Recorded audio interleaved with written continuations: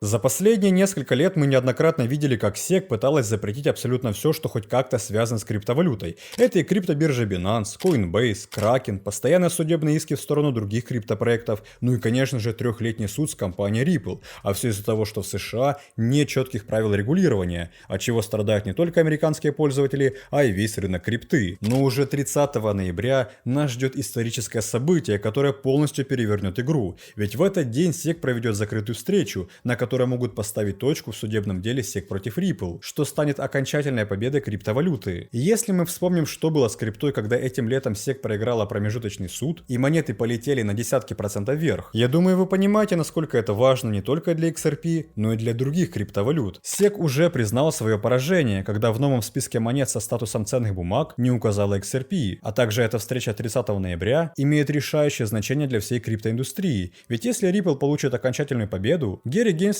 придется проделать очень хорошую работу, чтобы рынок наконец-то получил должные правила регулирования. А также на днях сенатор Синтия Ламис заявила, что пришло время Конгрессу принимать нормативную базу для SEC, по которой они будут иметь право называть ту или иную монету ценной бумагой. А поскольку Министерство юстиции уже избавилось от CZ, и теперь Binance готова делать все, что скажет Америка, внедрить новые правила на рынок будет гораздо проще. Но вопрос, нужна ли нам эта регуляция и как она вообще повлияет на рынок. А это, друзья, вы узнаете сегодня в ролике. В данном видео я расскажу, что нас ждет 30 ноября, как встреча SEC повлияет на монету XRP, а также вы узнаете, почему регулирование полностью изменит рынок крипты. Обязательно смотрите это видео до конца, а перед просмотром поддержите нас лайком, ведь как только мы наберем 800 лайков, мы сделаем большое видео с подробным обзором на одну очень интересную монету, которая всего за 2 года обогнала многие фундаментальные проекты из топ-20. Поэтому за лайки вам отдельное спасибо, вы на канале Coin22, с вами Влад, давайте начинать.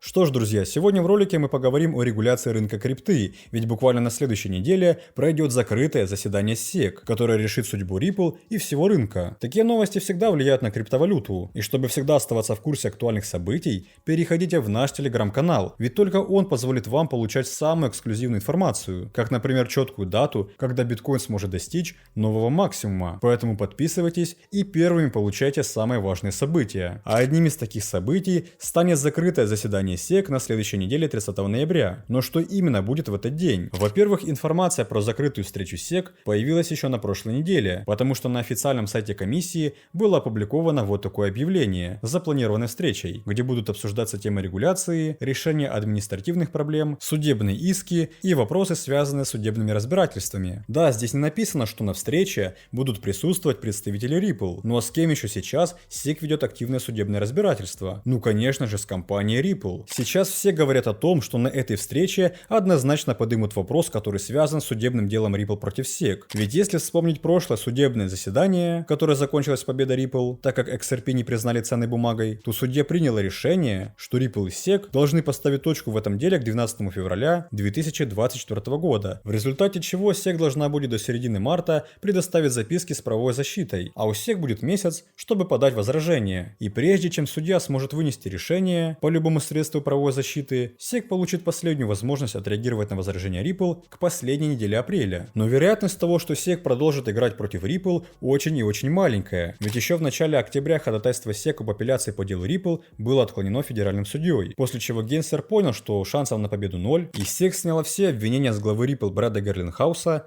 и соучредителя компании Криса Ларсона. Кстати, именно тогда XRP и подскочил на 10% вверх. Но знаете, что еще сигнализирует о полном поражении SEC против Ripple? Иск против биржи Kraken. Это связано с тем, что на днях, а именно 20 ноября, SEC обвинила Kraken в смешивании клиентских и корпоративных денег биржи на сумму более 33 миллиардов долларов. И дополнительно SEC заявила, что биржа Kraken предлагает инвесторам незарегистрированные ценные бумаги под видом различных монет и лично занимается их продвижением. Речь идет о самых популярных альткоинах, таких как ADA, Axie, Algorand, Atom, Filecoin, Flow, Matic и многие другие. Но что самое главное, в этом списке вы не найдете XRP. Хотя если мы вернемся всего на несколько месяцев назад, то SEC с полной уверенностью считала XRP ценной бумагой, а это значит одно: SEC полностью согласна с судебным решением, и в победе Ripple окончательно можно ставить точку. А чтобы не дожидаться 12 февраля, это дело вполне могут закрыть уже на этой неделе. Таким образом, встреча SEC 30 ноября станет первым шагом в решении этого вопроса. И здесь я бы хотел вспомнить похожую закрытую встречу SEC в начале этого месяца, перед их решением касательно заявок на биткоин ETF, потому что после того, как SEC провели это заседание, а Минюст добился ухода CZ с поста гендиректора Binance, комиссар SEC Хестер Пирс сказала, что у них нет причин стоять на пути к одобрению биткоин ETF. И получается, что похожие результаты мы также можем получить 30 ноября. Но это является положительной новостью не только для монеты XRP, а и для всего рынка, так как SEC наконец-то может приступить к созданию четких правил для криптоиндустрии, которых очень не хватает в США. И это значит, что уже прямо сейчас стоит готовиться к волатильности на рынке, которая начнется на следующей неделе. А если вы желаете заработать на предстоящих событиях вместе с нами, то присоединяйтесь к нашей подписке Coin22 Pro, которая позволит вам ежедневно получать прибыльные торговые идеи от нашей команды профессиональных аналитиков. Подписка Pro работает очень просто. Наши аналитики 24/7 анализируют рынок, предоставляют для вас вот такие сделки, где указана точка входа, а также уровень фиксации прибыли, после чего каждый участник Pro получает от 50% профита, как, например, в этой сделке по монете Atom. А если вы только начинаете торговать, вы обязательно получите пошаговое обучение на старте и круглосуточную поддержку от наших специалистов. Подробно ознакомиться с подпиской Pro вы, как всегда, можете на нашем официальном сайте. А чтобы получить первую прибыльную сделку уже сегодня, просто напишите нам по ссылке в описании.